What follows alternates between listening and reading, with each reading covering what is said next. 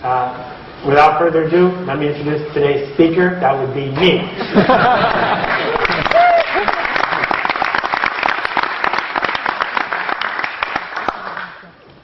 So, there are a lot of things that people who do what I do for a living try to sell in terms of where you're going and what you need and what you want. And it takes a lot of hubris to do that, to stand up and say, I think this will benefit you, I think this is worthwhile. And I'm the first to admit that I'm standing here with a fair amount of hubris saying that. But I have a feeling that I do know what you want, and I think what you want is more. And by more, I mean more sales and more followers and more attention, more people knowing your idea, more faith in the future, more power to make things happen the way you want them to happen, more connections with other people, more, and more. Some of those things are related to business, some of those things are related to culture, but most of all, what people do for a living is they try to grow what they have. So I was thinking about that when I was thinking about a guy I know named Joel Spolsky.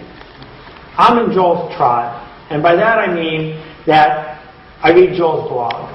Joel has influenced me in the way I think about software programming, in the way I think about hiring people, in the way I think about how you build a company. So when it came time for me to buy software that would help track bugs in my startup company, there weren't any choices. Joel makes that, I bought it. And I bought it because of the relationship I have with him and because of the fact that over the years, his ideas have influenced me and have connected me with other people who share those ideas. At the other extreme is Jacqueline Novogratz. I'm in her tribe as well. Jacqueline Novogratz is almost single-handedly on a mission to change the way philanthropy works.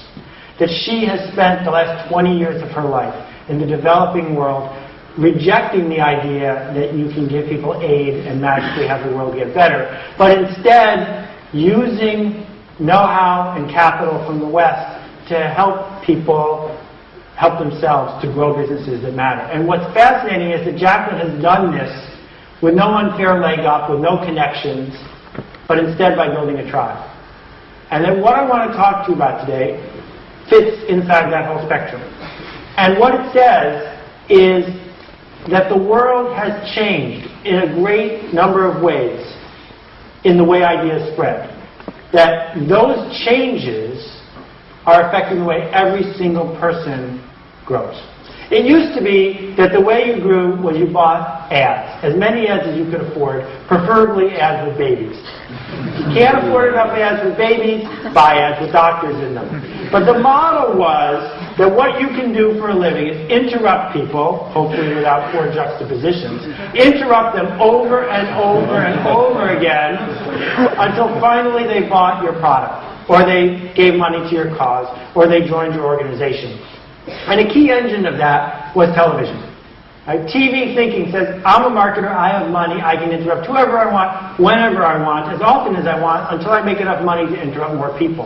And the power of this thinking led to an explosion in mass media, particularly TV, which led to an explosion in clutter, which led to more and more and more choices, which led to all of these organizations who spend all their time interrupting as many people as they can to make money doing it by selling ads. And we all grew up with that culture. That's the way we think things are supposed to work.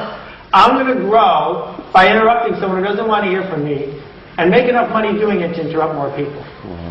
That the shorthand version of it is you find exactly the right person, you assault them with an idea, and maybe, just maybe, you'll convert them into someone who is actually a customer. The timeline looks like this. So step one was Charlie the Tuna. Let's figure out something that has nothing to do with the product, put on a show, a jingle, maybe people will buy from us. Step two, let's spam people because we deserve it. It's our job, we have the right. So we will spam you by email, and spam you with robocalls, and spam you at home, and spam you at work. And we'll bother you with direct mail, and salespeople will call on you until finally you give up and buy from us. Then the internet came along, and we said, great, the idea virus, viral marketing, that's the answer. What we'll do is we'll just get people to all talk about us because we deserve it.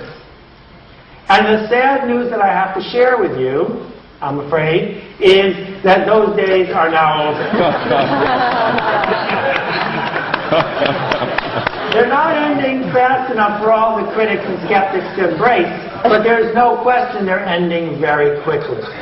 No brand, not one, consumer brand built in the last 10 years has been built on the back of television.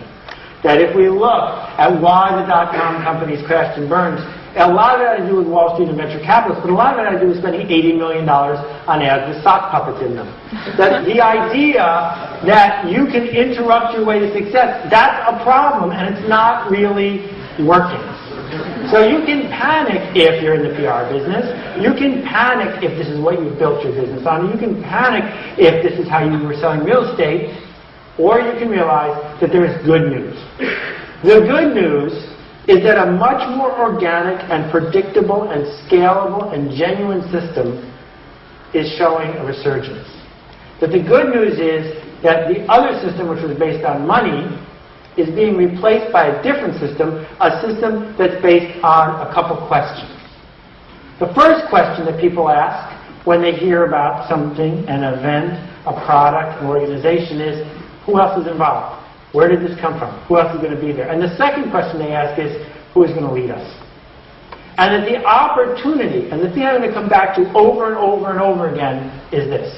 The opportunity is that there's an almost infinite number of tribes that want to be formed, that are forming, groups that people want to join. And there's a dramatic shortage of leaders. And it turns out, if you look at the people who have become leaders, who are successful at leading, the only thing they have in common is that they're leaders. And there's nothing keeping any of you from filling that void. It's not about money, it's not about where you went to school, it's not about where you were born. That in fact, there are other attributes that we're going to go into today that inform whether or not you can pull this off. So what I need to do is explain to you what I mean when I talk about tribes. And what I mean when I talk about markets and selling stuff. I'm going to start with a cartoon from my friend Hugh, which is this. We look at the economy and we say, oh my God, the stock market's down, oh my God, there's a recession. But the fact is that what people have been buying, once they buy food and shelter and health care, what they buy is meaning. What they buy is something that makes them feel good. The stuff that people want, as opposed to the stuff that people need, has been the search for meaning. And so when I show you this tribe, the Star Wars tribe, and you see these fully grown adults dressed up as Imperial stormtroopers, you say, what's that about? How much did they get paid to do that? They didn't get paid to do it. They did it because it made them feel good. They did it because they want to belong to a group. Because belonging to a tribe is a fundamental element of being a human being. And during our lifetimes, there have only been 3 big tribes. The reason is because TV and the mass media have drowned out our desire, our ability to join these tribes. So the first one is church, usually one church per town. That's been historic. The second one is work, the tribe we join of the people that we work with. And the third one is community, the people that we live with and near. Those 3 tribes have been constant throughout all human history. But there's billions of other tribes out there, literally billions, that people can and will join. So the shift goes from, how do I yell at people who are carefully targeted, a hunting term, how do I yell at enough people to make me some money to get me an article written to sell a house, versus how do I create these movements so that people naturally and organically find each other and do what they want to do in the first place, which is connect. So the Red Hat ladies are a fine example. You can go almost anywhere in the world and you'll find women of a certain age hanging out at a cafe wearing the red hats. It just seemed to have sprung out of nowhere.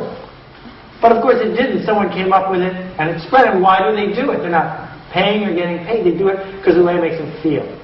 Or the triathlon, with the silly bathing caps. These people don't even like swimming. Ask any of them. They hate the swimming part. So why exactly do they spend 9 or 11 hours doing it? It's because of the tribe, because of the connection. That what tribes are groups of people who share something in common, a mission, a language, a leader, a movement, someplace they want to go.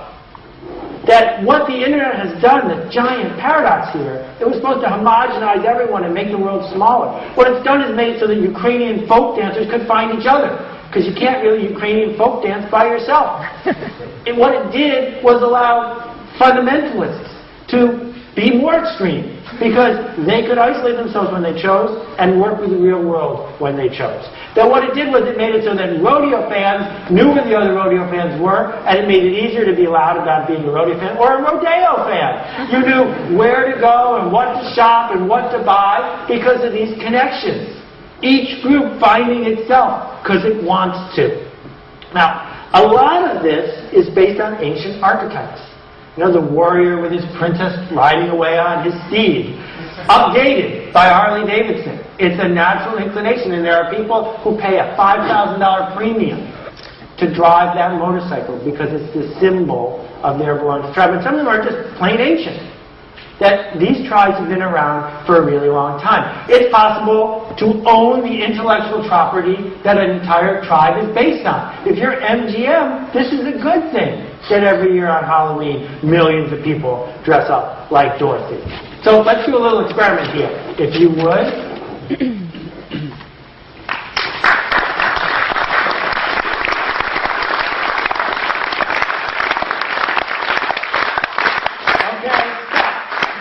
Good. 4 seconds, 5 seconds. Every group I've ever tried that with over the years has been able to pull that off. And every group claps at a different rhythm. I did not show you which rhythm to clap, and yet you figured it out. How could that be? It turns out that human beings like doing what other human beings are doing. Not necessarily what all human beings are doing, but what other human beings in their tribe choose to do. It's important to us. And so we watch TV shows about fictional tribes, and amazingly, their habits and language and everything else leaks into the real world. And now those tribes show up in real life. That we don't have to wear a smock to trade stocks, even though sometimes it's pretty dirty. But the point is, these guys are wearing the red smock because it indicates to them that they're a member of a tribe. This is my favorite. They all share the same facial expressions when things aren't going right? Why? Why is it? Because culturally they like doing what other people are doing even when things aren't going well. Why do they wear white in the kitchen or white on a Navy ship? I don't know. It doesn't matter. What matters is that they're all in uniform for a reason. Because it connects them. Because it makes them members of a tribe. Silly hats work too. Hats all over the world. I have no idea what this girl's going to tell her family when she takes them home for dinner. But the point is that this was a choice by ordinary people who want to belong. These are members of an actual tribe, the Outdoor Competitive Ironing League. And they use battery-powered irons and go all over the world ironing. It seems silly unless you're in it. And when you're in it, it means you found some place where you belong. This, as you know, is one of my favorite pictures. It's a real photo. Apparently, volunteer firemen do this a lot. And then they train on a house that's going to be torn down anyway. And then they stop in the middle and take a picture of themselves. The picture is important. The uniforms are important. Volunteer firemen risking their lives for free. Because of the way it makes them feel, because of the way they connect them. Every night in America, women who work in an office, women with good jobs, instead of watching TV, go out and do roller derby and try to hurt themselves. For free. Because it matters. That the Shriners have raised hundreds of millions of dollars for their charities and ridden the silly bikes with the silly hats because it matters to be a Shriner. And it's happening online as well. That what we're seeing are geek tribes being built and being led. And an old kind of geek tribe. Sports is another example that I really like. Because when you're a sports fan, who exactly are you rooting for? The players are all different than they were last year. The coach is going to get fired. Are you rooting for the building? No. What you're doing is you're rooting for yourself. That when the team wins, you win because you're identifying with them. That the other people in the stands are you. That's how you labeled yourself. That's why sports teams are able to hold cities for ransom and build these really expensive stadiums that never, ever make a profit. Because what we're doing is we're building a monument to ourselves.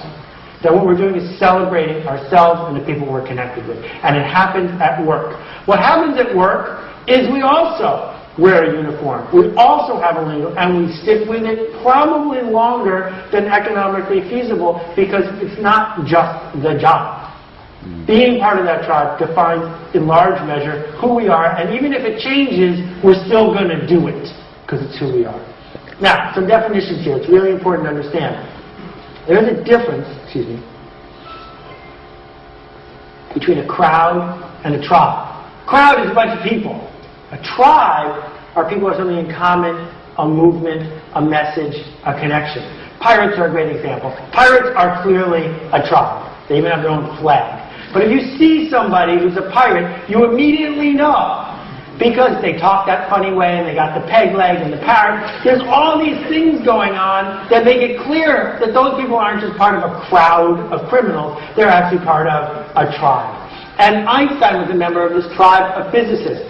And if you were an insider, you had access to the best papers and the best teachers, and were more likely to succeed. In the same era, this group of people who went to see Harry Houdini do a death-defying trick were not part of a tribe.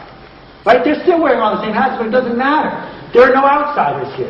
Once there are no outsiders, there's no tribe. There's just a bunch of people coming to see a magic trick. Whereas at a country music concert, yes, I would argue these people clearly are. They share a language. They share a connection. You can often tell by the costumes, by the hats, by the fact that people are going out of their way to self-identify. Now, the insider and outside thing becomes really important. If this guy were at home in Seattle, he'd be giving these guys the funny look, because he'd be in the majority. But right here in this city, on this bench, he's an outsider. He's not part of the tribe, which brings these people closer together. Now, sometimes people view this as sort of a silly affectation. But the very same affectation can talk to bloodlines and generations through the years. People connecting to each other over history. But again, it's not about traffic jams. It's not about what you as a marketer are used to measuring. It's not about hits or page views or click-throughs. It's not about gross rating points. It's not about how many people you got to come to the grand opening of your supermarket. That is crowd generation. Give me money, I can buy you a crowd. Crowds are getting more expensive, but it can still be done. That's what marketers want to do because it feels like they're in control. It feels like they're in charge. But part of the message, and I'm working my way up to the real meat here, is that even though it's more difficult to earn a tribe, it's way more powerful.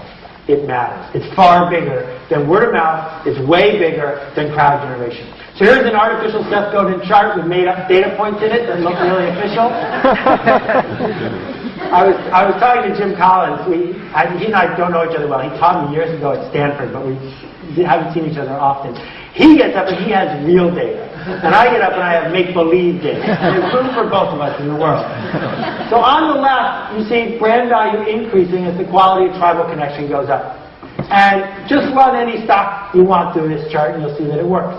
That the Harley-Davidsons and the Apples of the world are over here because there's a high tribal connection. And then over here are people who might have the ability to generate a crowd, but it's not going to last. That what's really powerful, particularly for the people in this room, is the leverage that you get. Because it doesn't cost money to build a tribe. And once the tribe is in place, it grows organically and gets more powerful as it gets bigger. Here's a quick chart of Barack Obama's fundraising numbers. I've left out the last 2 months, which were way off the charts. And what you see is that someone with no real connections, with no real insider status, was able to generate millions and millions and millions of dollars from lots and lots of people doing it the new way, as opposed to doing it the old way. The Grateful Dead were doing this 40 years ago. We know that for at least 10 years, the Grateful Dead were the #1 grossing live act in the world. We're talking 40, 50, 60, $100 million in a year. Even though they only had one song hit the top 40 in their entire career. So how does that work? Because the Grateful Dead weren't in the business of selling records. The Grateful Dead led a tribe. They put on a rolling party. They went from city to city, and most of their fans went to every single one of the shows. Some came and some went, but that's what they were in the business of doing. That they gave people access to the music because it was the soundtrack for the tribe. That the dress that evolved, the dancing that evolved, the lingo that evolved, the way that they could talk to each other, all of which connected people.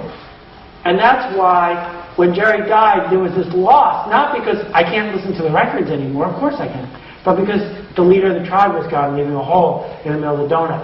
Here's a site you probably haven't been to called Piano World. More than 1 million posts so far. People go to Piano World and post things like, this top one, I'm going to have a party on September 6th in Auburn, Maine.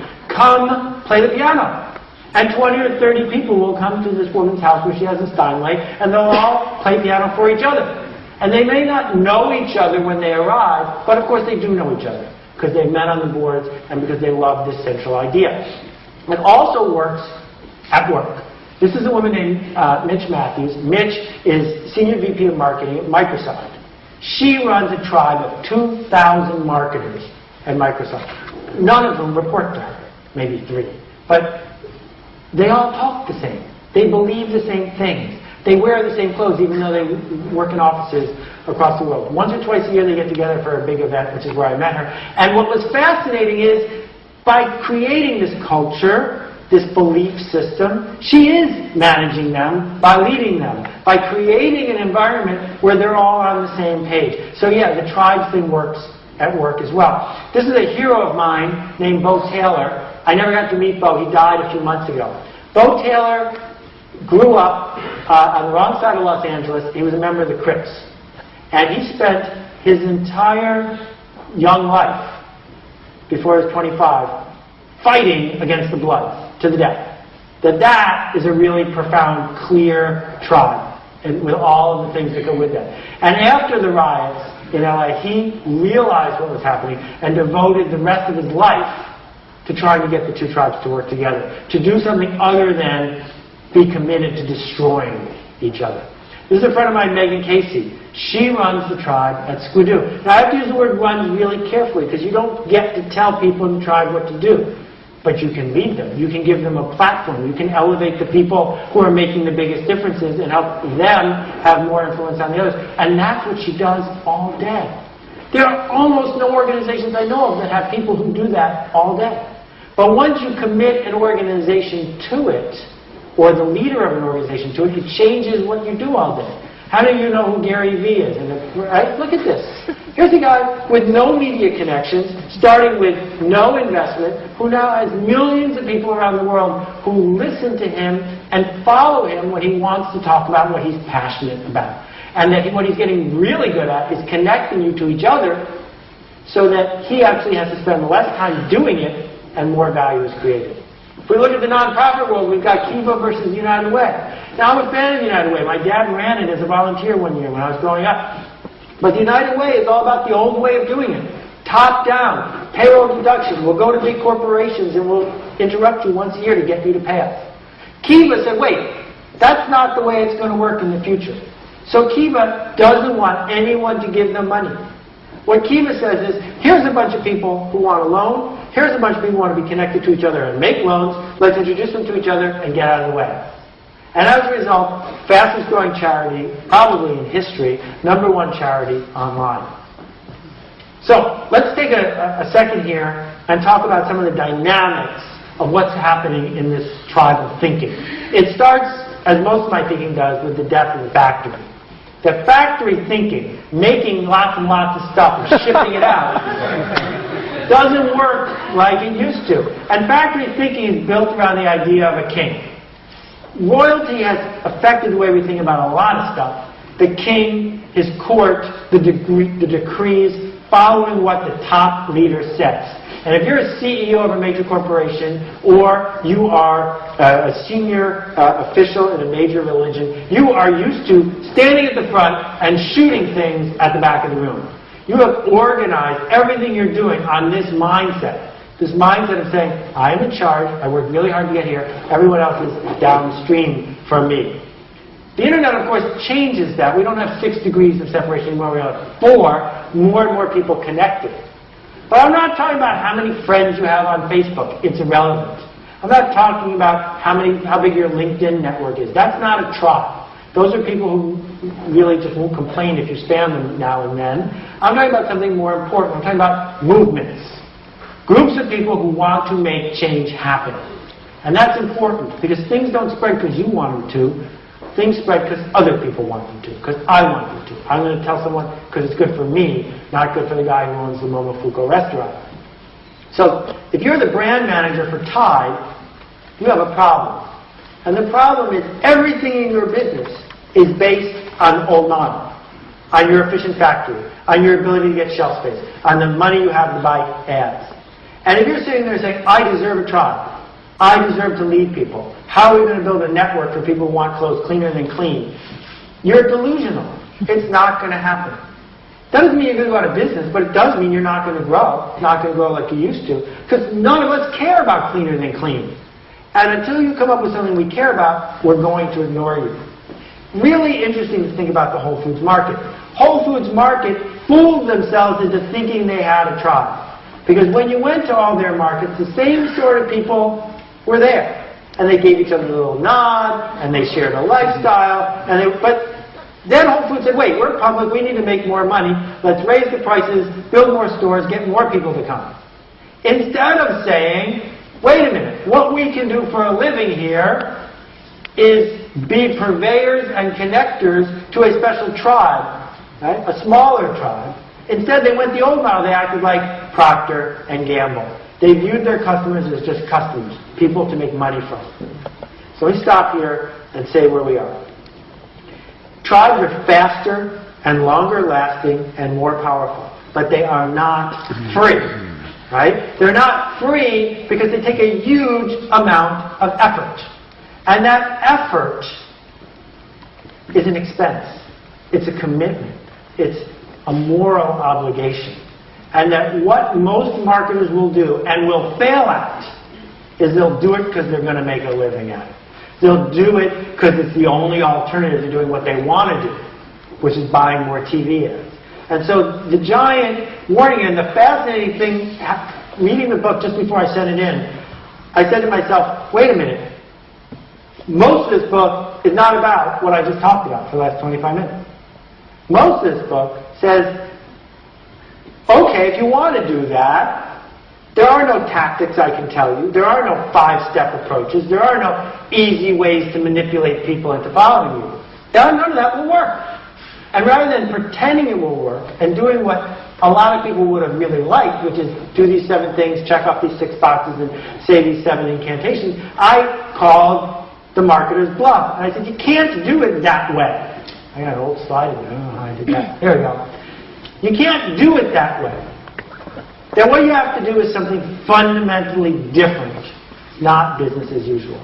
The Mormon Church, well known for being the fastest growing church in American history.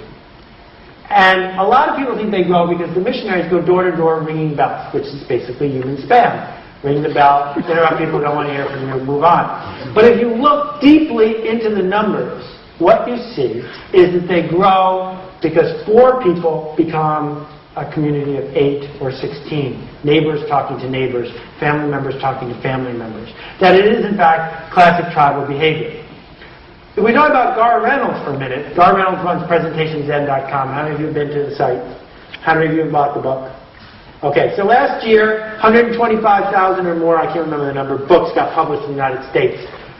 Among new authors, maybe 12 made it to the Amazon 500, and maybe 2 made it to the Amazon top 50 for the year, and Gar Reynolds was one of them. So I look at Gar Reynolds, and I don't know what he looks like, so I had to take a picture of one of his slides instead. The fact that I don't know what he looks like is important to the story. Because not only did I buy a copy of his book, but according to my Skidoo page, I sold hundreds and hundreds and hundreds of copies of his book, because I blogged about it, because I'm a member of his tribe. It's a movement of people who are sick and tired of bullet-filled, ugly PowerPoint presentations.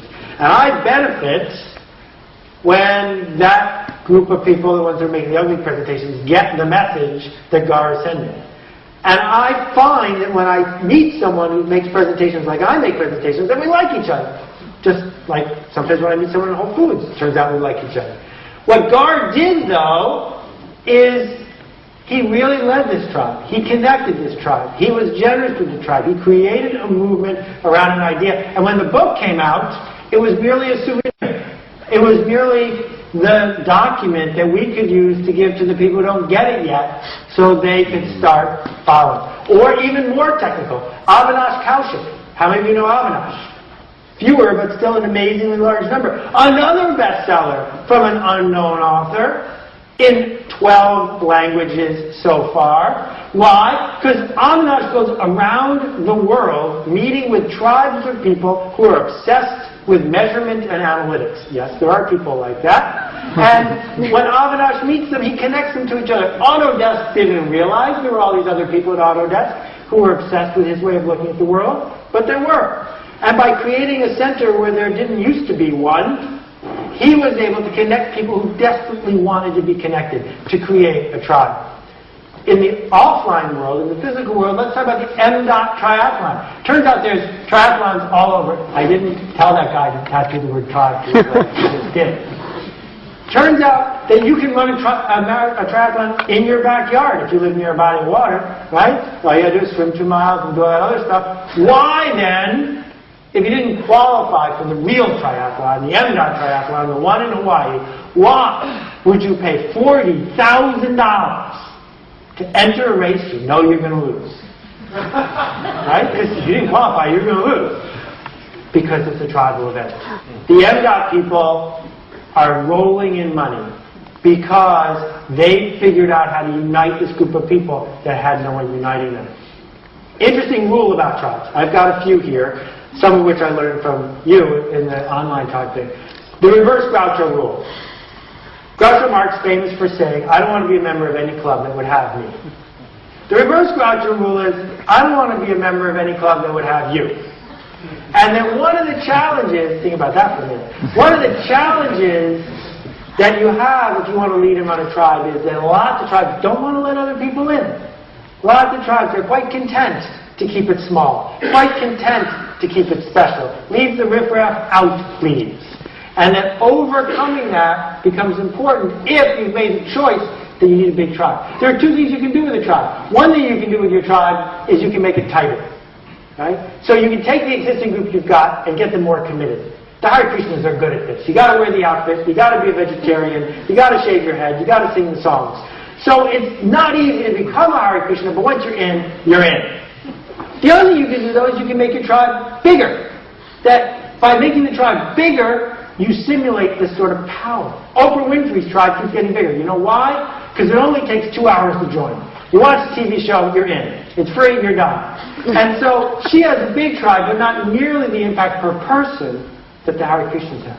This decision becomes important because if you look at the entire universe of the world, it's very easy to say, wait a minute, you can't come, you're a sports fan. You can't come because I don't like you. You can't come because this. And then over time, as tribes get more and more exclusionary, they may get more pure, but they also get a lot smaller. And then what you need to do as you approach this problem, this challenge, is you got to think in advance, what kind of tribe do you want? Would it be possible for this event to have 2,000 people at it if I had promoted it in a different way and been more aggressive and spent more money? Probably. But it wouldn't have been worth nearly as much because it wouldn't have been the right people. You're the right people. You're the right people because it wasn't that easy to get here. It wasn't that easy to find out about it. It wasn't that easy to jump through all the hoops. That's on purpose because it makes it tighter. And once it's tighter, it makes it more likely that the people who are doing it are committed. And when people are committed, things get done. That, in fact, you are no longer a marketing manager. Managers, by the way, don't lead. Managers take yesterday's work and do it again tomorrow, but a little cheaper. They know what they want and they know how it's done. Leaders aren't sure what's going to happen next. They just have a vision. That's what leadership is, unveiling the future.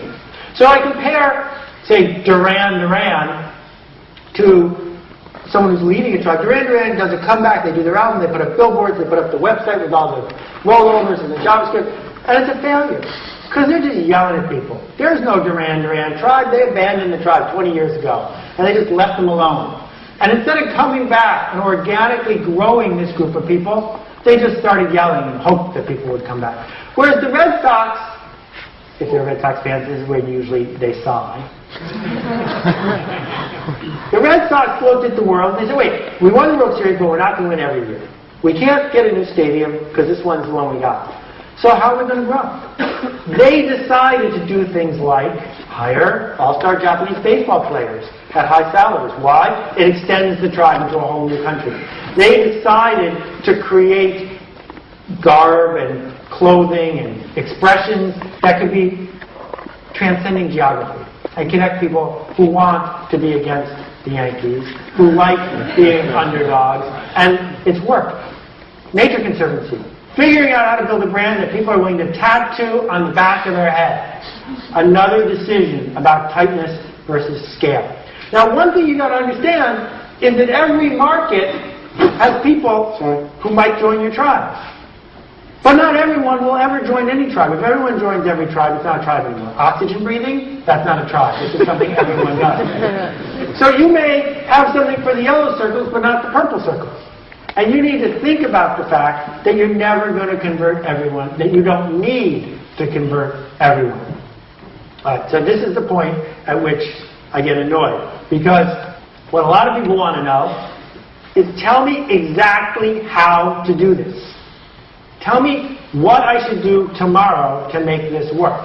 Now, it's fun to riff about what you might do.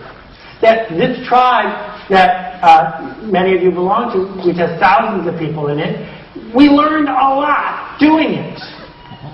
But the stuff that we learned is useless to you, because it's just a tactic. When I did a word map of my book, and what's fascinating about it is if you look at the words that show up the most often, they have nothing to do with what you should do exactly tomorrow morning at 10 a.m. That's not my job. My job is to make you uncomfortable enough that you're not doing something, that you will start looking at the opportunities in front of you and find the path to get there. That the problem, the challenge that organizations of every stripe have isn't that they can't do this, it's that they're not sold on wanting to do it. And that what we need to do before we're going to get the leadership we deserve, the leadership that we need, is we're going to decide that we need the leadership. Once we decide we need it, we're going to find it. So you could put up statues. That's a tactic that works. It builds long-term, multi-generational tribes. But wait a minute. These guys don't have any statues. And they don't have any of the dogma that someone else might have, but it worked for them. You take a look at a politician. The first time Al Gore was out there trying to build a tribe, he failed and didn't end up getting the White House. The second time, he used a completely different set of tactics and changed the way the world thought about global warming. You might not know this, but more than 1,000 people have paid money, gone to Nashville, and been trained in how to give Al Gore's slideshow. And every single night, somewhere, dozens of people are giving it. That it grows. They teach other people how to give it, and it grows. Here are two tribe leaders. What exactly do they have in common? It's not clear to me that I could say, these tactics are right and these tactics aren't right, or vice versa. That the tactics aren't as important as the results that you get. So if I look at CrossFit, a group of slightly mentally unhinged people who do insane exercises in gyms at night, outdoors, in the dark, and that post pictures of themselves ripping tendons and hurting themselves and bleeding and calluses. The point is that they do it because they want to. And that Coach Gary, who leads the tribe, figured out how to work with this tribe the way this tribe needed to be worked with. And as a result, there's tens of thousands of people across the country. Every time he opens a new gym or one of his followers opens a gym, it's instantly sold out. The classes are full, not because he's talking to me or to you, but he's talking to somebody else who really needs to hear it. And he's leading them the way they need to be led. So this is Laura Fitton. How many of you follow Laura on Twitter? A bunch. So Laura, stay-at-home mom, 2 kids, starts Twittering a couple years ago. Now she has thousands of people following her, and she makes a really good living consulting about social media. With no fancy business cards, no office, she works from home, and she's raising 2 kids. Why? Because she figured out how to lead a group of 2 or 3 or 4,000 marketers online, 180 characters at a time.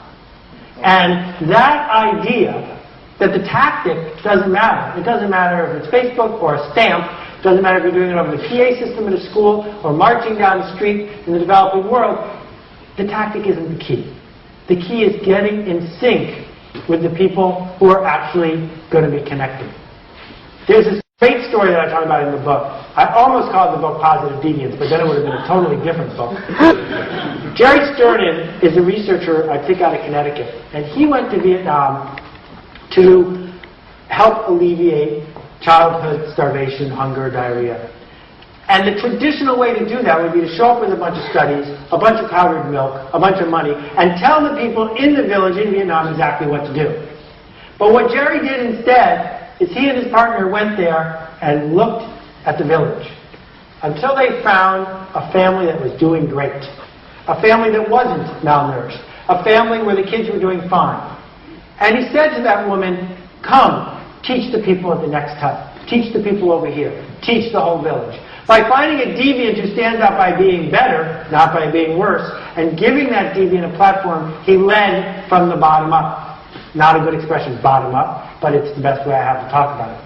That is where real leadership happens. That what's been fascinating for me with the tribe is my temptation was to do everything, and to say to do this, and to do this, and to do this, because I'm a leader, that's what I'm supposed to do.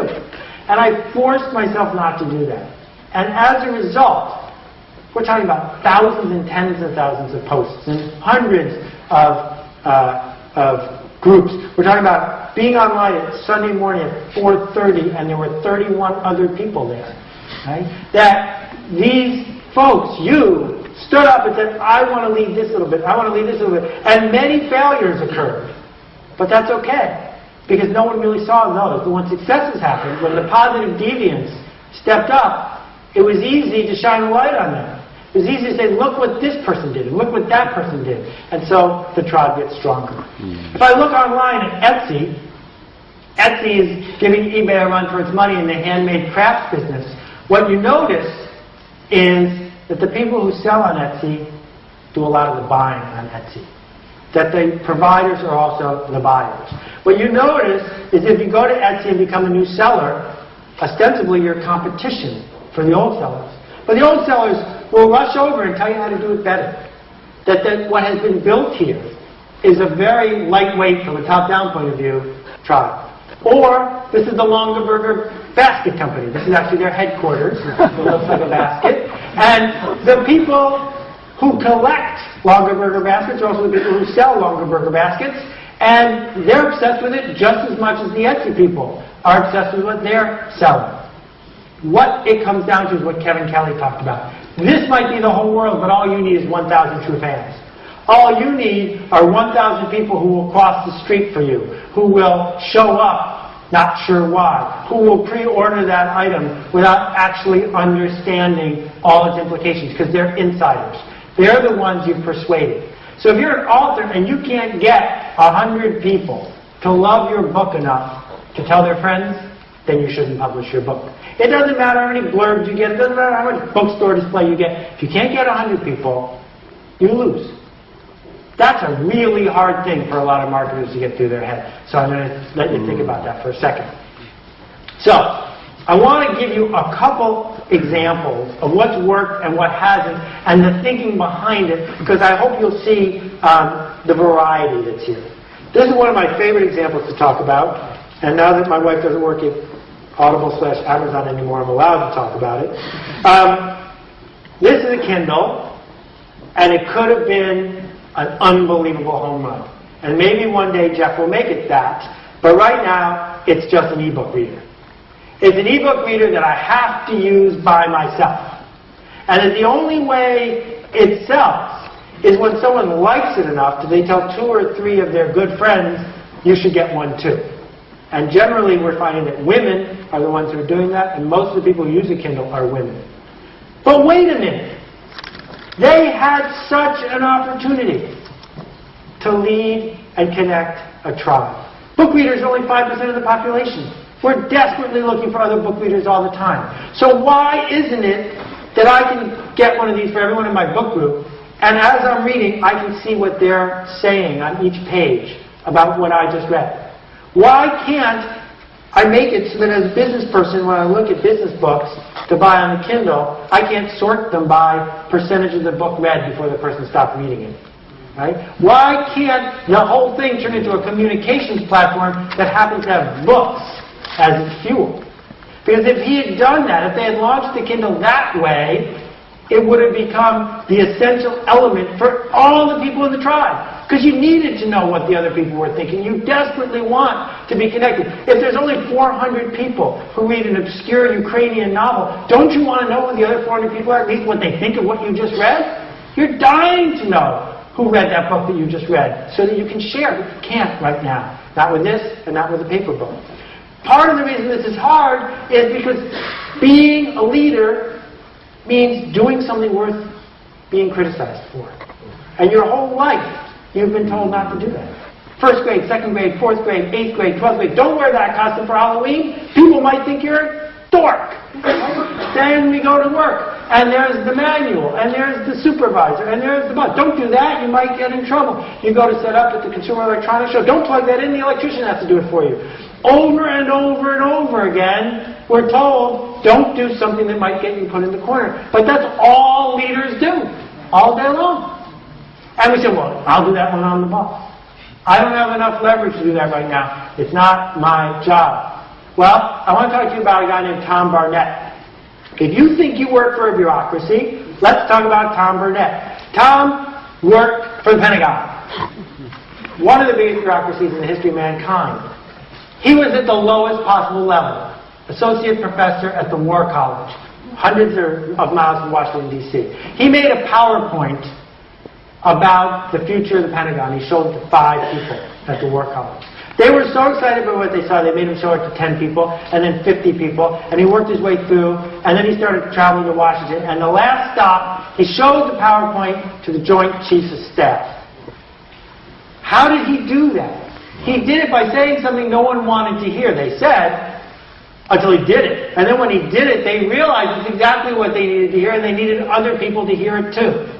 So by doing that very first little step, possibly offending 5 people, he created a movement within the Pentagon that got him all the way to the top. A key part of thinking here is you don't need everyone.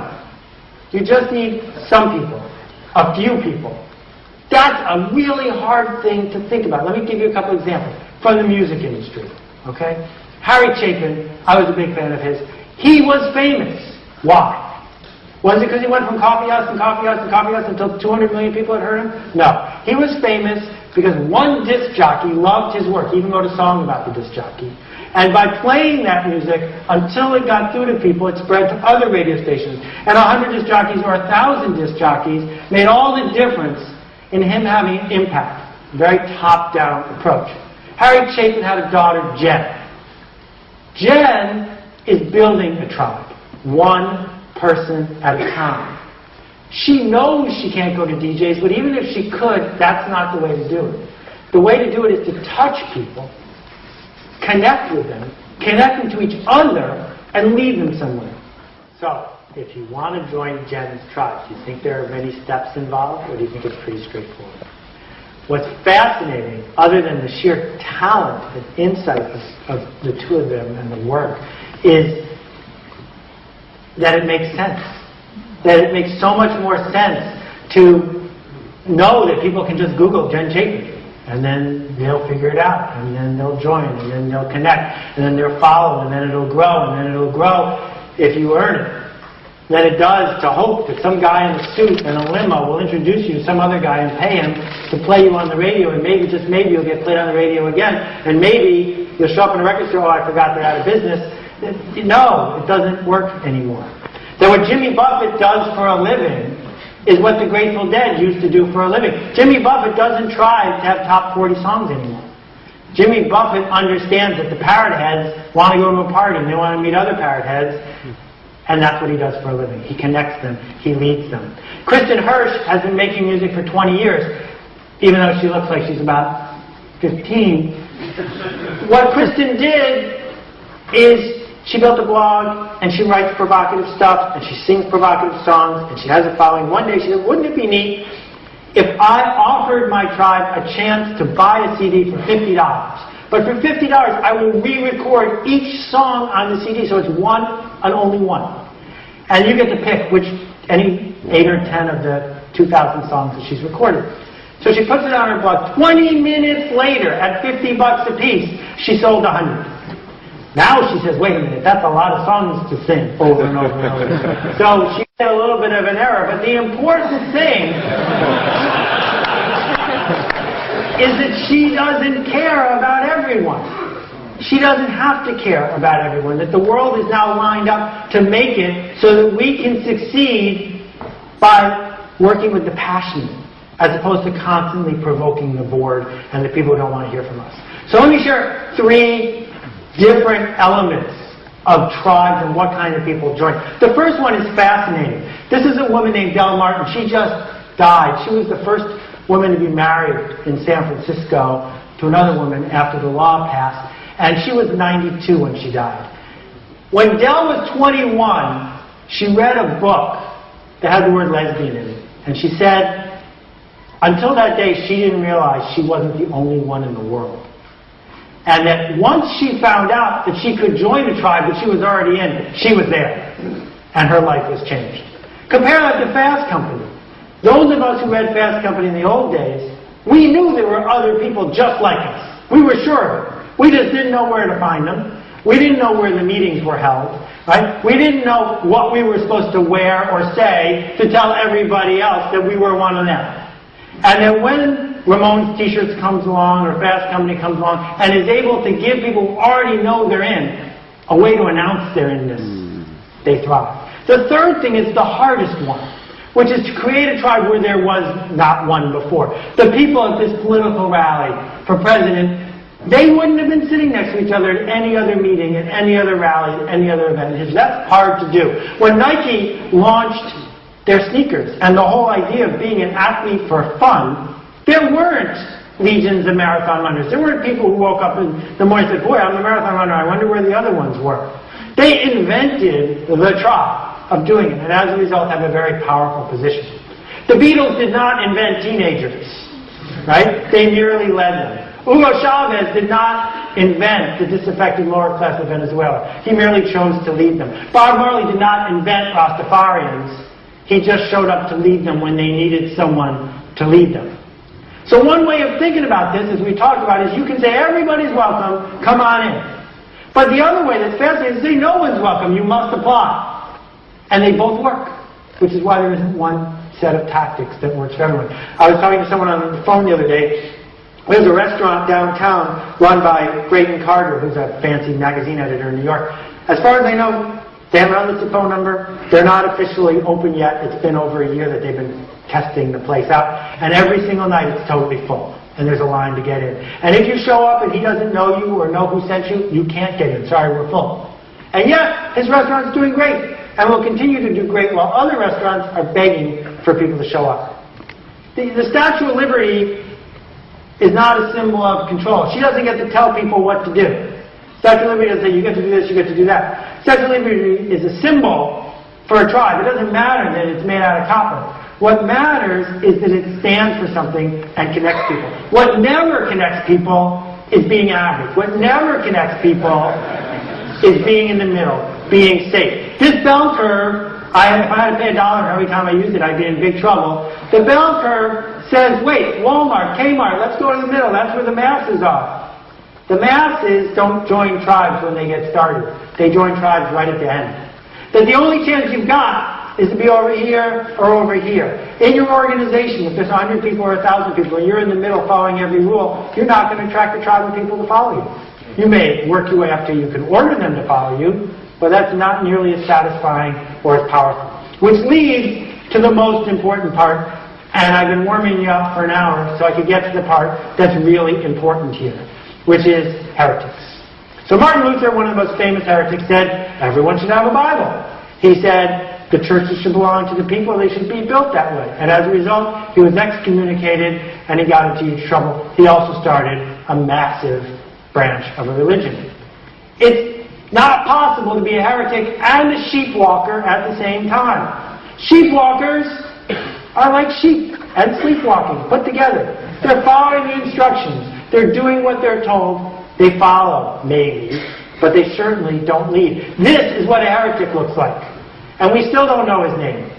But what we know is that his ability to stand up for what he thought was right galvanized millions and millions of people. And sometimes it doesn't work. Sometimes it does work. This is my friend Robin Waters. Robin worked at Target before it was called that, when it was Target. And Target was Kmart, but dustier. And it wasn't doing great. And she came up with the concept, working with a team, of let's get Michael Graves to make a teapot. Let's figure out how to bring in high design and low prices. The CEO didn't come up with that. She did. And she was almost as low as you could go without being a cash register clerk. But she built a tribe, and she worked it through the organization until it became the organization. Jim Morrison got arrested. He got booed off stage. He wasn't immediately a hero. Now, people visit his grave because he stood out and stood for something.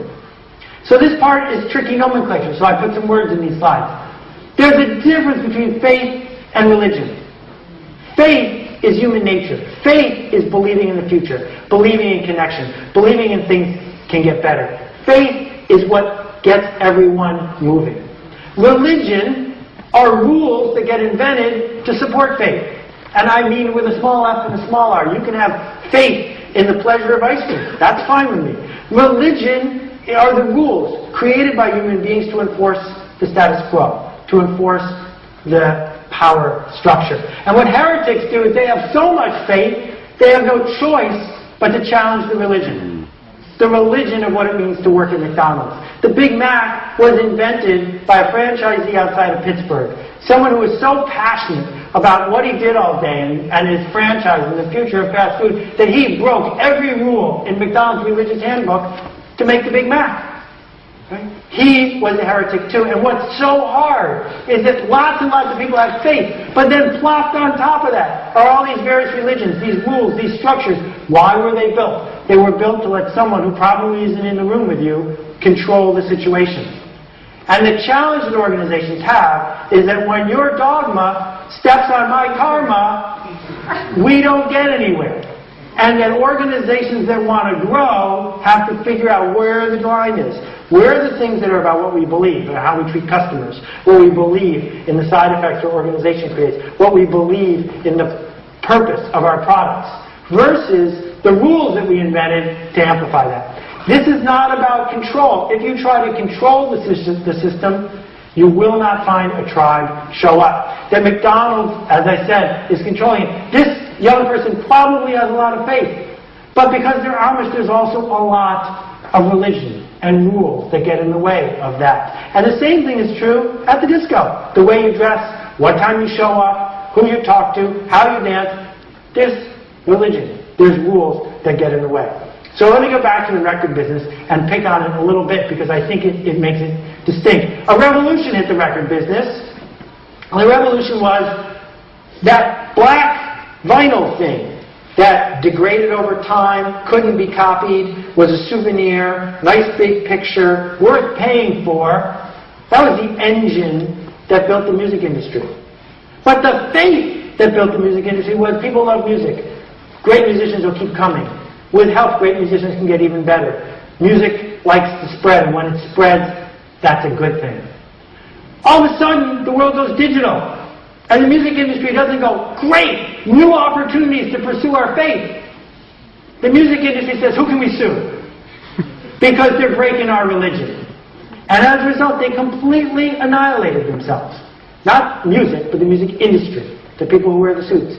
Blew it. Billions of dollars down the drain. The biggest opportunity in their career lost. The internet is radio cubed. Could have been a bonanza if they had stuck to what they believed in, as opposed to trying to stick to rules that weren't working anymore. The Joan of Arc taught people that if you stand up, you can make things actually better. Most people work in a balloon factory. Now the thing about balloon factories is they're quiet, and they're safe, and they're comfortable. There isn't really a busy season for balloons because it's for birthdays year-round. And they like it. And every once in a while, a unicorn shows up. Unicorns are not particularly popular in balloon factories.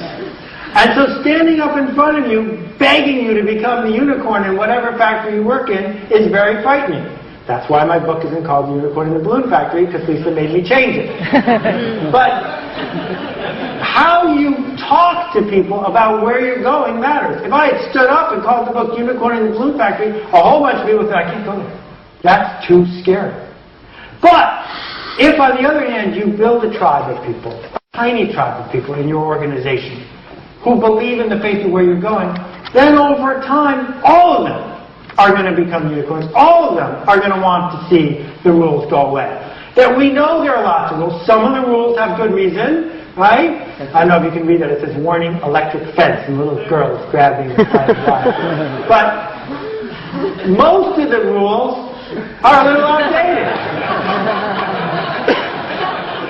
And then what we're going to have to do if we want to lead is understand that the rules aren't the point, the faith is the point. And that the people who get in trouble in organizations are the ones who break the rules for the wrong reasons. But in organizations, when you break the rules for the right reason, to serve a customer, to accomplish the organization's mission, to grow in the right way, nothing bad ever happens. The rules are there for the other people. So one of the ways we approach this is by getting rid of little no's. Little no's don't help us. What we're seeking is the big yes. Not go to your boss and say, I went to see Seth and I got this great idea, can I do it? Because if you say that to her, of course she'll say no. You know why? Because if it fails, you blame her, and if it succeeds, you'll take all the credit. Why on earth would she say yes to that? What you do is you find the moment when you have the following, when you've built the proof, when the thing is moving. That's when you're going to get a big yes. Red Maxwell, a dear friend of mine, has a daughter, Cassie, who has juvenile diabetes. Red is impatient. Red is not willing to wait for a bureaucracy to figure out how to get its act together to help Cassie get better. So Red's a heretic. Red is trying in every direction he can, with as much energy as he can, to build a tribe of people who are actually changing things. Jackson Pollock got thrown out of at least one art class, I can guarantee you, because this does not look like a final exam for 1941. But the fact is, by reinventing art, he showed a whole bunch of other people how to think about what they do. A guy named Rob Bell wrote a controversial book that evangelical Christians are spending time reading that talks about this exact point, which is that it's possible to lead without doing it the way everyone else does it. A dear friend of mine, Megan McDonald, who's here today, is a coach. She teaches people how to do something really scary, and in my estimation, sort of dumb, which is climb rocks and maybe fall. But most of the time, not fall. And the way she coaches is not by acting like Vince Lombardi. Not by saying, everyone go do this, everyone go do this, yelling, yelling, yelling, humiliating the way we've seen so many sports coaches do it.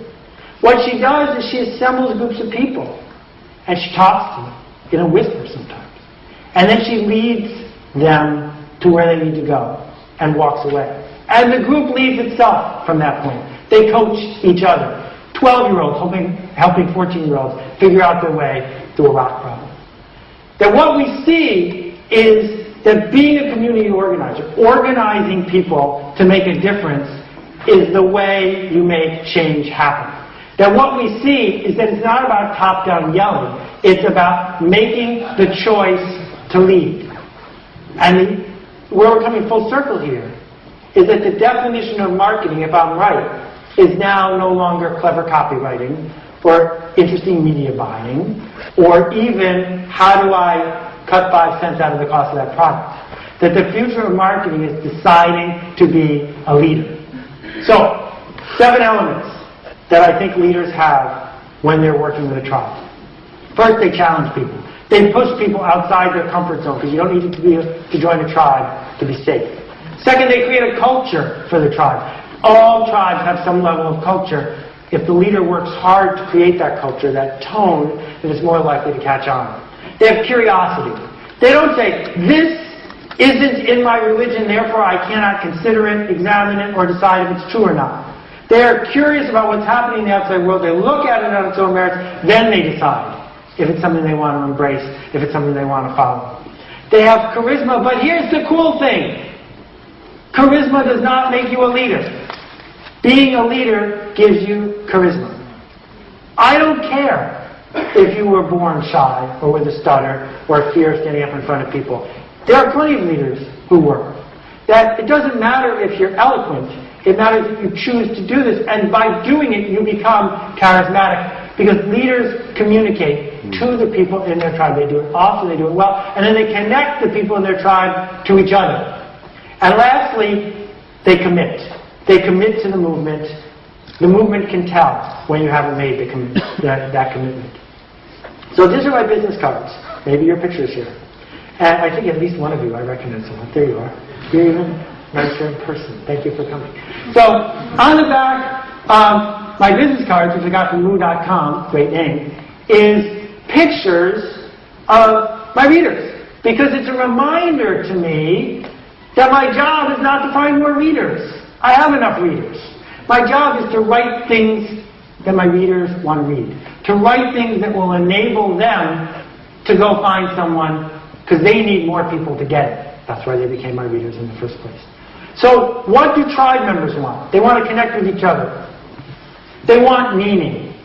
No one has enough meaning in their life. Everyone's looking for more. They want to make a difference. We want to do something beyond ourselves. We want to be noticed.